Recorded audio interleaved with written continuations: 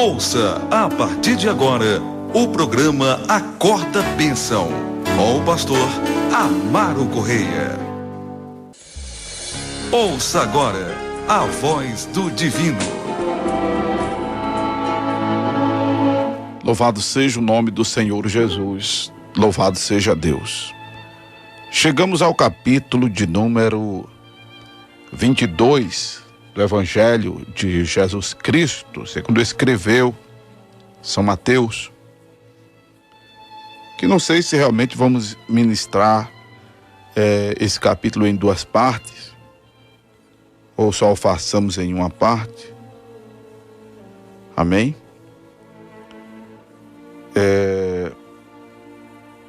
Mas, graças a Deus, chegamos já a este capítulo, né? E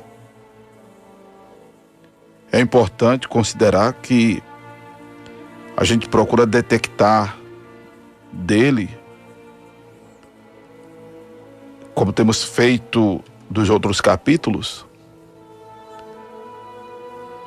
o princípio e o valor doutrinário divino, o princípio divino, o valor divino, que serve como regra de fé e prática para nós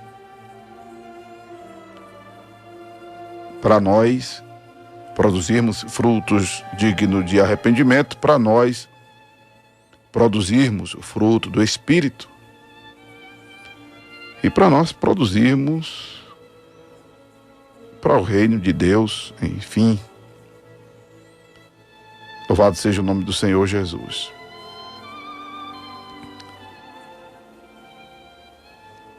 E lembrando também que as ministrações aqui, elas não são versículo por versículo, né? As ministrações aqui, elas não são nessa perspectiva. Como já disse, não há cabedal também para isso. E o tempo nosso aqui é muito curto, infelizmente. O tempo é curto aqui para nós. Mas o propósito é de trazer esclarecimento, dar um norte para os irmãos em suas meditações na Escritura Sagrada, de fazer com que os irmãos também, né, em nome do Senhor Jesus,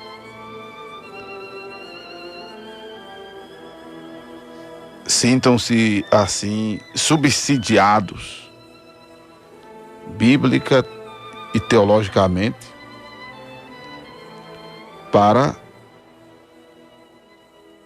suas ministrações em cultos, em visitações, enfim,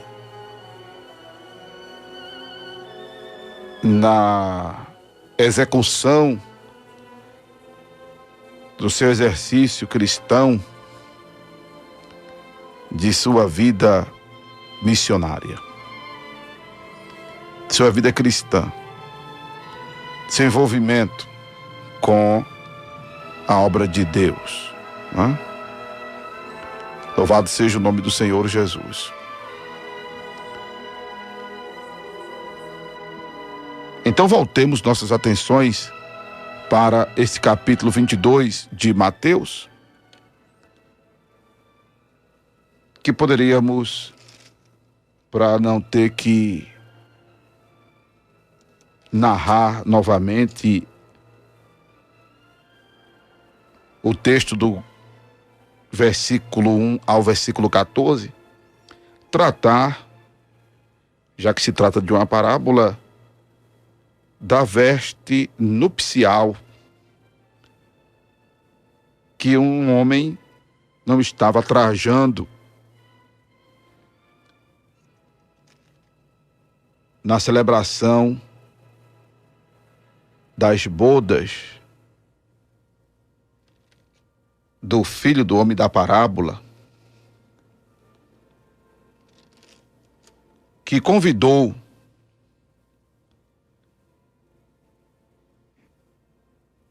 seus servos, que que chamou os convidados, aliás, mandou seus servos para que os convidados fossem a bodas, e os mesmos não quiseram ir. Depois envia outros servos para os referidos convidados, dizendo que o jantar já estava preparado, o boi e cevados já mortos, tudo já estava pronto, e eles fossem a bodas. O que os convidados não fizeram caso. Um foi para o seu campo e outro para o seu negócio. E outros se apoderaram dos servos, os ultrajaram e mataram. E aí o rei, recebendo essa notícia, se encolerizou contra eles, enviou um exército, destruiu aqueles homicidas e incendiou a cidade. Chega para os seus outros servos, dizendo que a bodas, na verdade, estava preparada, os convidados não eram dignos, e eles então saíssem pelos caminhos, convidando para as bodas a todos os que eles encontrassem. E aí os servos, saindo pelo caminho, juntaram tanto os bons como os maus, e a festa nupcial ficou cheia de convidados.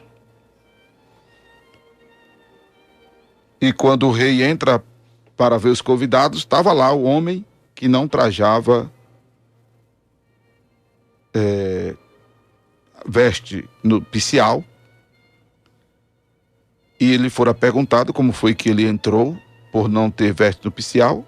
Ele ficou mudo.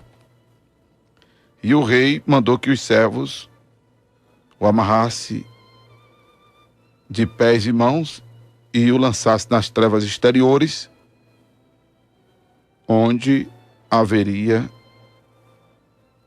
pranto e ranger de dentes. Porque muitos são chamados, mas poucos escolhidos.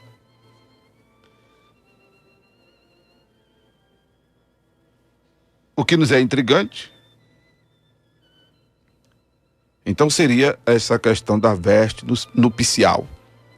Ora, sabemos que, como temos dito aos irmãos, muitas dessas parábolas, e quase todas elas, Jesus vem fazendo a colocação concernente ao povo de Israel, como, por exemplo, a parábola dos 2 filhos, a parábola dos lavradores maus, o episódio da figueira, né? E aqui, mais uma vez, temos a parábola chamada parábola das bodas, ou seja, se tratava de uma festa de casamento do filho do rei. Era um jantar, não é? E a veste nupcial já faz essa indicação.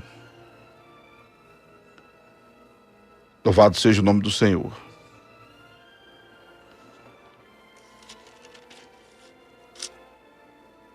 E essa veste nupcial, ela é entregue aos convidados, porque, pelo contexto aqui da parábola, haveria uma padronização dessa veste. Ela é entregue aos convidados pelos servos do rei, uma vez que todos foram trazidos às pressas e a maioria não tinha roupas condignas. Até porque os convidados anteriores haviam rejeitado, não fizeram caso da festa, não honraram o rei, não consideraram o convite. E aí foram automaticamente dispensados. Foram automaticamente dispensados. Claro que sabemos, essa é mais uma parábola que pontua a rejeição dos israelitas à presença de Jesus, à messianidade de Jesus. Como está escrito em João, capítulo 1, que ele veio para os que eram seus e os seus não receberam, mas a todos quanto o receberam, deu-lhes o poder de serem feitos ou chamados filhos de Deus.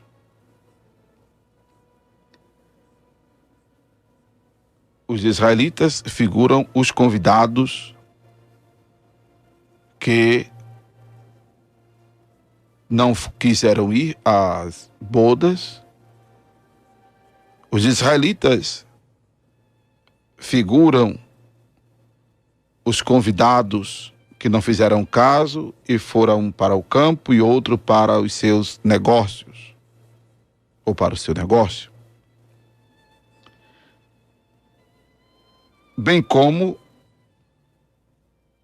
os israelitas são pontuados aqui pelos outros que se apoderaram dos servos, os ultrajaram e os mataram. E esses servos são os profetas de Deus. Os profetas de Deus, cujas palavras eram zombadas, não é? Os profetas de Deus que eram maltratados. A expressão que a gente lê em 2 Crônicas, capítulo 39, versículo de número 16. Eles eram zombados, desprezados, escarnecidos.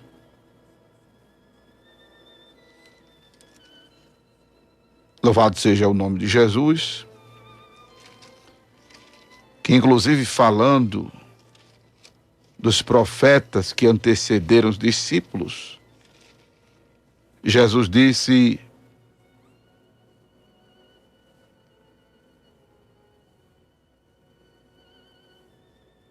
que os profetas foram injuriados, perseguidos, não é?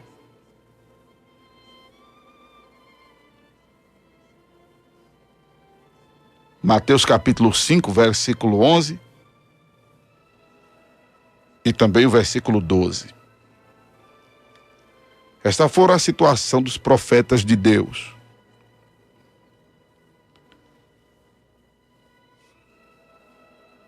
E o filho do rei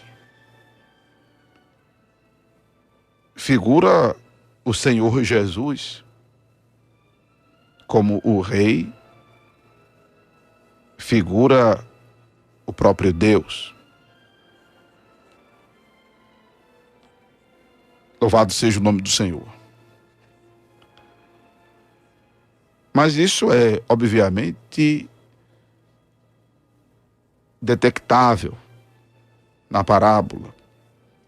O que é intrigante é como o homem que não estava trajado com veste nupcial entra na festa. E quando lhe é perguntado como foi que ele entrou, não tendo veste nupcial, ele emudece. E por conta disso, ele é arrancado da festa e tem os pés e as mãos amarradas, é lançado nas trevas exteriores, onde há pranto e ranger de dente. Mas ainda é intrigante como ele entrou. A consequência da não veste nupcial fez ele ser punido. Mas ele ainda entrou na festa. Mas isso aqui é uma parábola. E a ideia da parábola é de ensinar verdades espirituais. O Senhor utilizou as parábolas exatamente com esse intuito de ensinar verdades espirituais e ou morais. E as bodas, a festa de casamento, era uma coisa familiarizada do povo de Israel. Eles sabiam muito bem do que se tratava.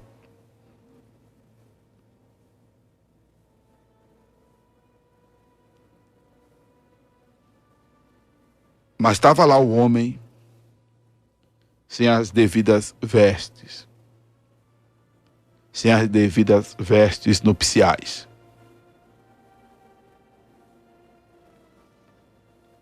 Louvado seja o nome do Senhor. Se a gente correlaciona essa parábola com a situação da figueira, com a parábola dos 2 filhos, com parábolas anteriores, a gente percebe que o que estava faltando neste homem de não ter veste nupcial era a descaracterização. A descaracterização, a desconformidade com os demais, com o ambiente, com o clima, enfim, com a festa. A descaracterização. Como já dissemos, as vestes nupciais foram entregues aos convidados de última hora, pelos servos do rei. E agora aparece um infiltrado, que também é correlacionado, isso aqui é pontuado, ao povo de Israel. Quando nós falamos do capítulo 21, nós falamos acerca da figueira que foi secada, a aparência dela que chamava a atenção e tudo indicava que tinha figos, mas não passou de uma falsa impressão, não passou de uma falsa aparência. Como na parábola dos 2 filhos, o que prevaleceu ou o que honrou o pai foi o que disse não ir à vinha trabalhar e acabou indo, diferente do que disse que ia e não foi.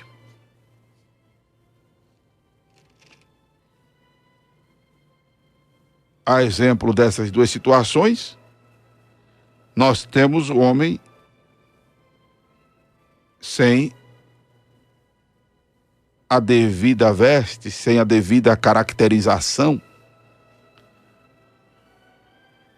Já falamos em outras situações, como o próprio Velho Testamento reza, que não adiantava ser circuncidado se não guardasse a lei,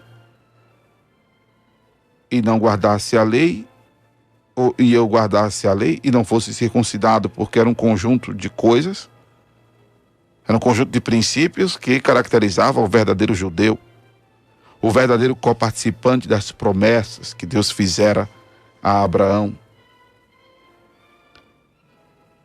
Tinha que guardar a palavra, a lei, e ser circuncidado e vice-versa. É um conjunto de coisas. É um conjunto de coisas. É uma caracterização no corpo, a circuncisão, e a obediência era uma caracterização intrínseca. Era um reflexo do que estava internalizado nos corações. Como na figueira que foi secada, ela foi secada por só ter aparência e não ter o fruto, que a aparência indicava ter. E como tivemos a lição prática, ou a moral da parábola dos 2 filhos, o mais importante são as ações, são as atitudes, é o comportamento. A exemplo aqui da parábola das bodas, a descaracterização do homem que estava sem a veste nupcial foi o que o fez ser punido. E quando falamos dessa caracterização, ela é abrangente, porque vamos usar a expressão identidade, que é algo, digamos assim, mais pleno.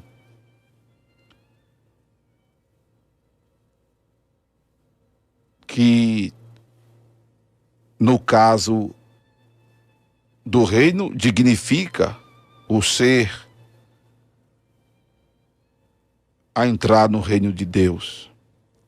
Não que a salvação seja meritória. Sabemos que é pela graça que somos salvos. Isso não vem de nós, é dom de Deus. Não vem das obras para que ninguém se glorie.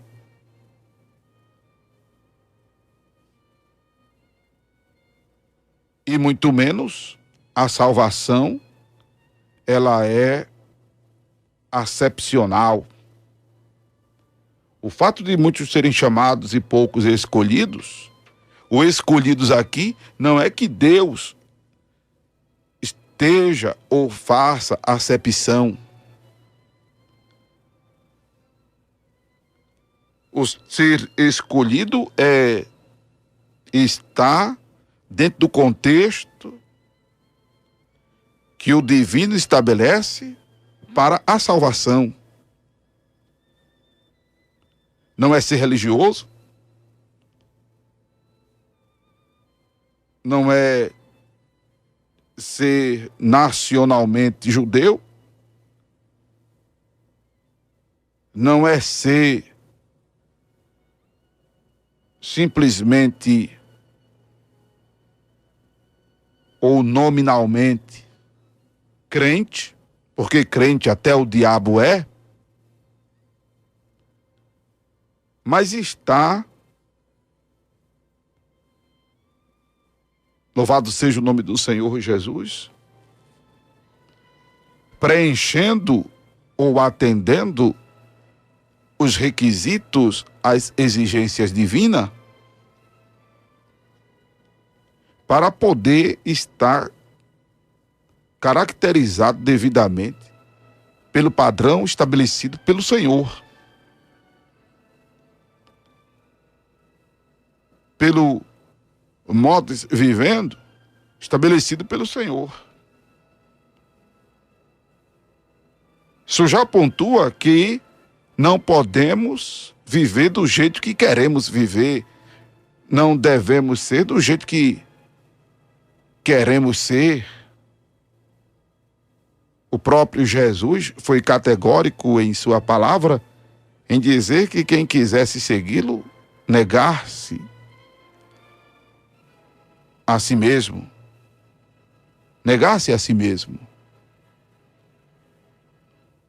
Tomasse sua cruz e o seguisse. E a cruz não são os problemas do dia a dia, a cruz não são os cônjuges, não são os filhos, não são os pais, não são as pessoas da nossa relação sociável, da nossa parentela, da nossa família. A cruz não são os problemas sociais, os problemas financeiros. A cruz não é os desacertos, ou não são os desacertos desta vida, mas a renúncia do nosso eu. A renúncia do nosso eu. Isso é tomar a cruz e seguir ao Senhor. E é exatamente isso que fará ou não, dependendo de como respondermos de maneira positiva ao Senhor, sermos caracterizados como escolhido. Porque o caminho está estabelecido, o caminho já está estabelecido. O caminho largo e espaçoso. Eu só quero tentar explicar a você que Deus não faz acepção. Essa coisa de muitos chamados e poucos escolhidos, não é que por mais que a pessoa se esforce, por mais que a pessoa tente, por mais que a pessoa se esmere, ela ainda corra o risco de ficar de fora, porque não fora escolhida. Isso aqui não é subsídio para tornar veraz a doutrina da predestinação. Essa declaração aqui de muitos chamados e poucos escolhidos. Não significa isso, não, senhoras e senhores. Porque a responsabilidade de alguns, a responsabilidade de quem se perde e de quem se salva já não é de Deus. Por isso que eu falei do caminho, porque algumas pessoas podem dizer assim, que mistura o pastor fez falando de o caminho. Sim, porque a palavra de Jesus é exatamente essa.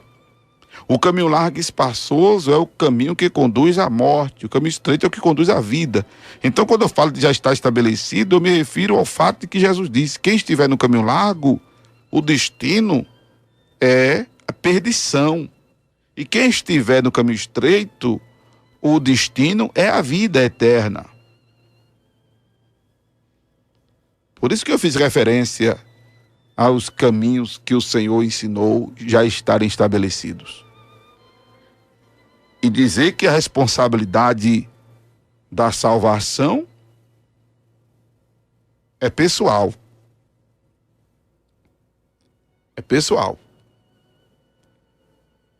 A condição da salvação é estar no caminho estreito. A condição da salvação é estar em Cristo. A condição da salvação é ser igreja. E ser igreja é estar sujeito a Cristo. Ser igreja não é ser membro de uma denominação. Ser igreja não é ser evangélico. Ser igreja não é ser protestante. Ser igreja é ser puramente cristão. Por que puramente cristão? Porque não existe cristão X, cristão Y, cristão B, cristão Z, como querem empurrar a goela dentro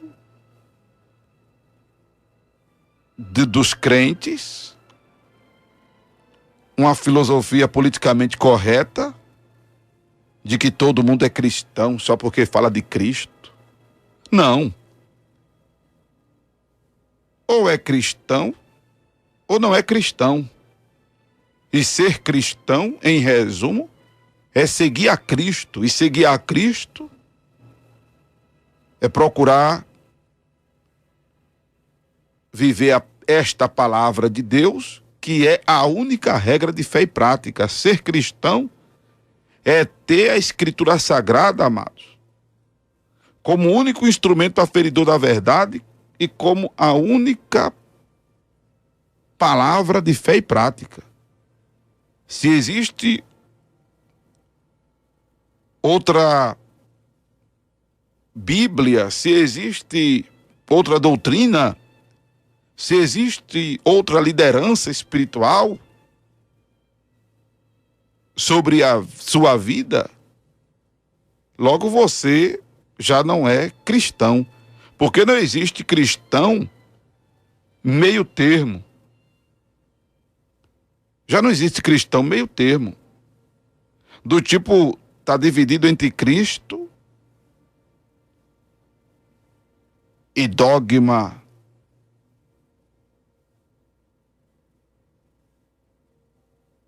de um estado, de uma capital. Está dividido entre Cristo e o dogma de um líder religioso de qualquer país ou de alguma entidade angelical, abre parênteses, demônio, fecha parênteses.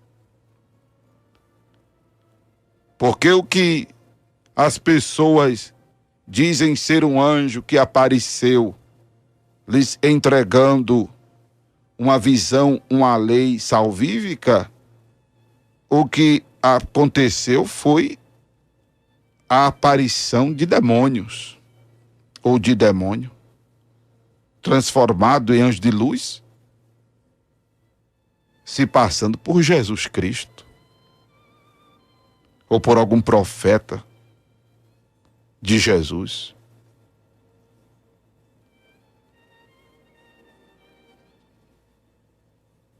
O fato de a Escritura dizer que muitos são chamados e poucos são escolhidos, obviamente o juízo começa pela casa de Deus, não é? Como Pedro diz. Mas isso não significa, senhoras e senhores, necessariamente que é porque a pessoa faz parte ali do segmento evangélico e não vai caber todo mundo no céu. E por causa disso, uns vão ficar de fora. Não.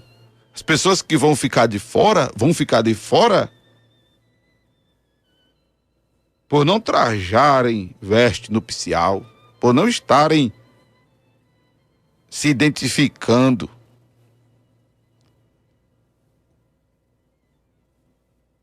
com o padrão estabelecido pelo Senhor em sua palavra. Aí eu quero tentar explicar a você que obviamente a salvação não é meritória, porque não é realmente meritória não. A grande questão é que até da graça, algumas pessoas, a graça de Deus, a misericórdia de Deus, até disso, existem pessoas que fazem rejeição. A começar por rejeitarem essa graça de Deus, essa misericórdia de Deus na vida dos outros, no sentido de não admitirem o perdão de Deus para os outros, não admitirem a graça de Deus para com os outros, a benignidade, a longanimidade de Deus para com os outros, porque querem que as pessoas que erraram, que lhes decepcionaram, que lhe magoaram, ou que, enfim, em seu julgamento temerário, são dignas de castigo, de punição, de condenação. A exemplo de Jonas, que mesmo pregando que Nínive seria subvertida, porém que se arrependesse, seria poupada, ele vai, prega, e ainda se ausenta da cidade e fica para vê-la sendo destruída. E que por não ser destruída, ele se revolta. Tem pessoas que ficam esperando isso dos outros ou nos outros, acontecer com os outros. Não entendem a graça, a misericórdia, a longanimidade e a benignidade de Deus para com os outros. Por não entenderem para com os outros, não são receptíveis a esta graça, não são receptíveis a esta misericórdia para suas próprias vidas. Por isso que vão ficar de fora também. Por isso que vão ficar de fora também. Porque não assimilaram esta mensagem salvífica. Ou não está com veste nupcial, é não condizer com toda essa bondade, com toda essa graça, com toda essa misericórdia que o Senhor tem disponibilizado para nós. A gente fica olhando muito a questão moral, ética, comportamental e religiosa das pessoas. A gente repara muito isso. Mas eu quero dizer às senhoras e aos senhores que quem apela para sua própria justiça ou para qualquer outro padrão ético e moral,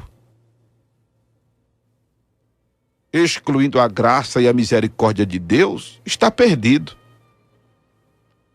Precisamos entender melhor a expressão "pela graça sois salvos". Precisamos entender melhor o que significa misericórdia. Louvado seja o nome de Jesus. Porque não é a simples, constante obediência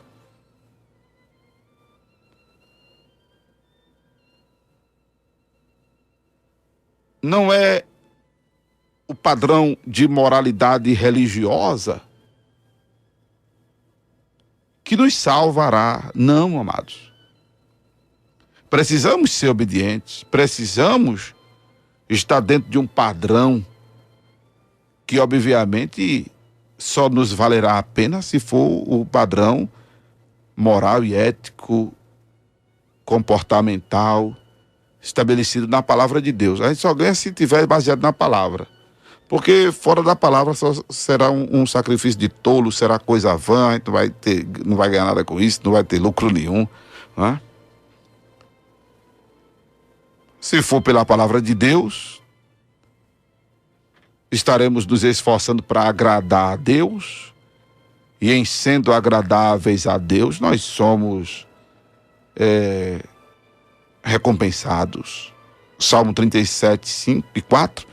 Deleita-te no Senhor, Ele satisfará o desejo do teu coração. Não é?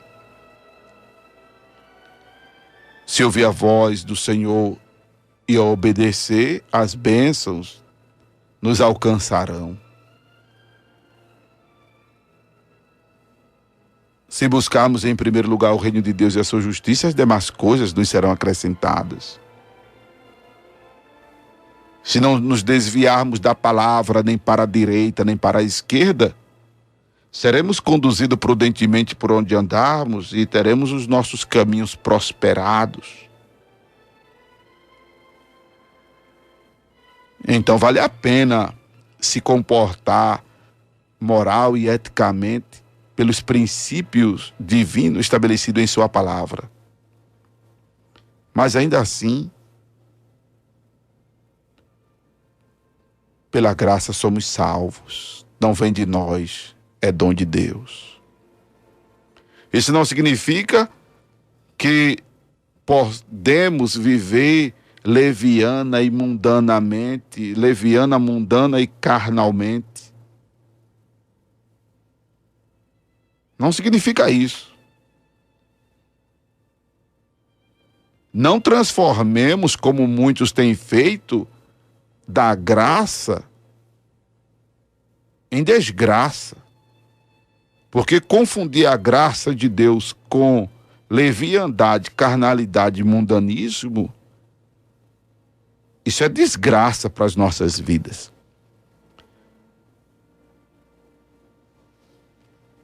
Não devemos nos prevalecer que onde abundou o pecado, superabunda a graça.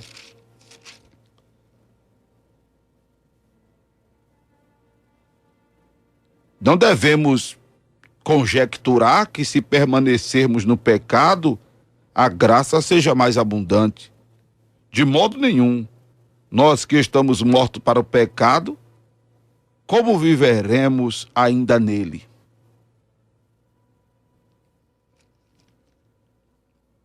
Louvado seja o nome de Jesus.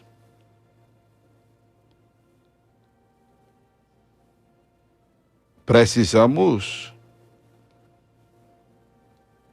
seguir a paz com todos e a santificação, sem a qual ninguém verá o Senhor, mas ainda assim apelarmos para a graça, nos gloriarmos na cruz de Cristo. É isso que faz com que nossas vestes sejam vestes nupciais. Eu quero aproveitar o ensejo e correlacionar isso com a expressão de 1 Coríntios capítulo 11, para você entender esse antagonismo, para você entender essa suposta esse suposto antônimo doutrinário, né? 1 Coríntios 11, versículo de número 27. É importante entender, amados, que o comer e beber indignamente não é comer e beber em pecado. Comer e beber indignamente não é comer e beber em pecado. Comer e beber, por incrível que pareça, comer e beber indignamente é se achar digno. Vou explicar isso mencionando uma outra situação. Uma outra situação que é ainda uma parábola de Jesus. Lucas, capítulo de número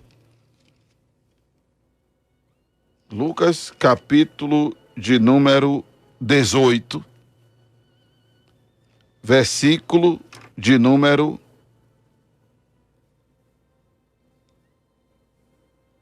10 em diante. Ou versículo 9 em diante.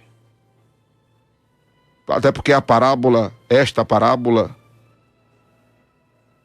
ela foi dita exatamente para uns que confiavam em si mesmo, crendo que já eram justos e desprezavam os outros. Aí Jesus fala de dois homens que subiram ao templo a orar, um fariseu e o outro publicano. O fariseu, estando em pé, orava consigo desta maneira: ó Deus, graças te dou, porque não sou como os demais homens, roubadores, injustos e adúlteros, nem ainda como este publicano. Jejuo 2 vezes na semana e dou o dízimo de tudo quanto possuo. Pronto. Por esse momento aqui, esse camarada, porque o cara é digno, né? Mas na verdade ele já estava sendo indigno.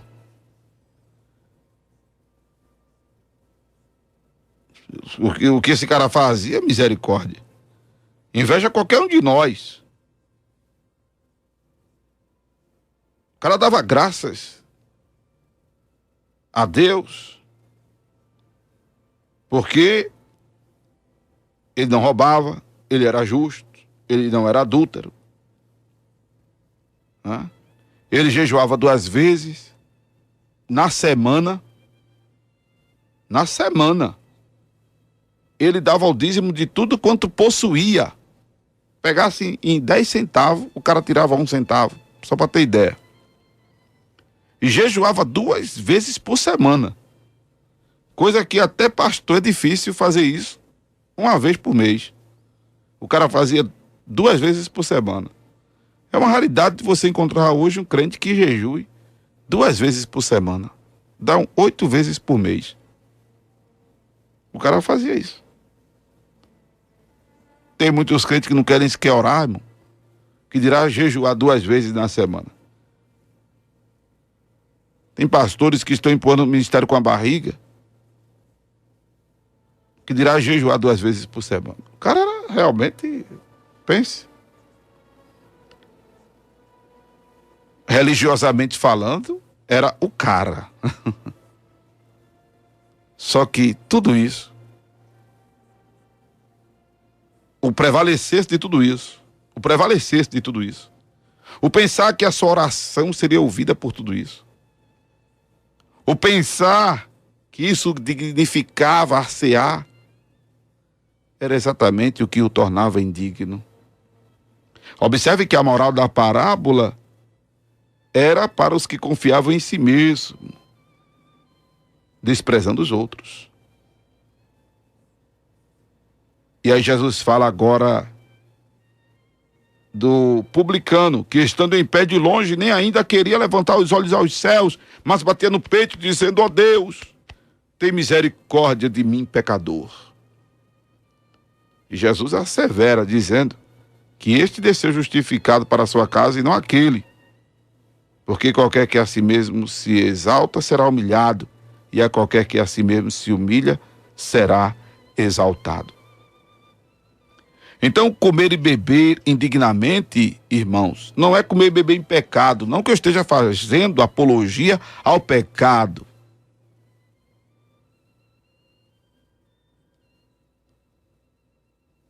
Porque se comer e beber indignamente fosse estar em pecado, nenhum pastor poderia sequer ministrar a ceia, que dirá comer do pão e beber do vinho.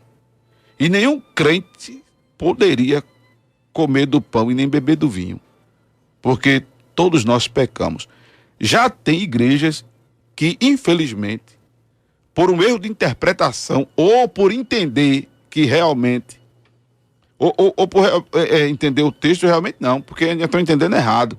Porque a Santa Ceia, eu já disse aqui em outras oportunidades, ela é um momento de remissão, ela é um momento de purificação, tanto preventivo como remediador. A Santa Ceia é se alimentar de Jesus para não pecar, e é se alimentar de Jesus para vencer o pecado que praticou, para sair do pecado que praticou, para se libertar do pecado que praticou. A Santa Ceia é para não cair, mas se tiver caído, ainda assim comer e beber para se levantar. E é o próprio texto sagrado que diz isso. Comer e beber indignamente é se achar merecedor.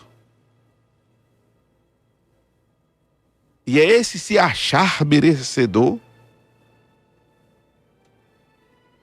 ou não ter veste nupcial, por incrível que pareça. Por isso que eu chamei a sua atenção para entender o antagonismo dessa palavra. Quem tem ouvidos, ouça o que o Espírito diz à igreja. Louvado seja o nome de Jesus. Amém? Louvado seja Deus. Nós vamos de música. E na sequência...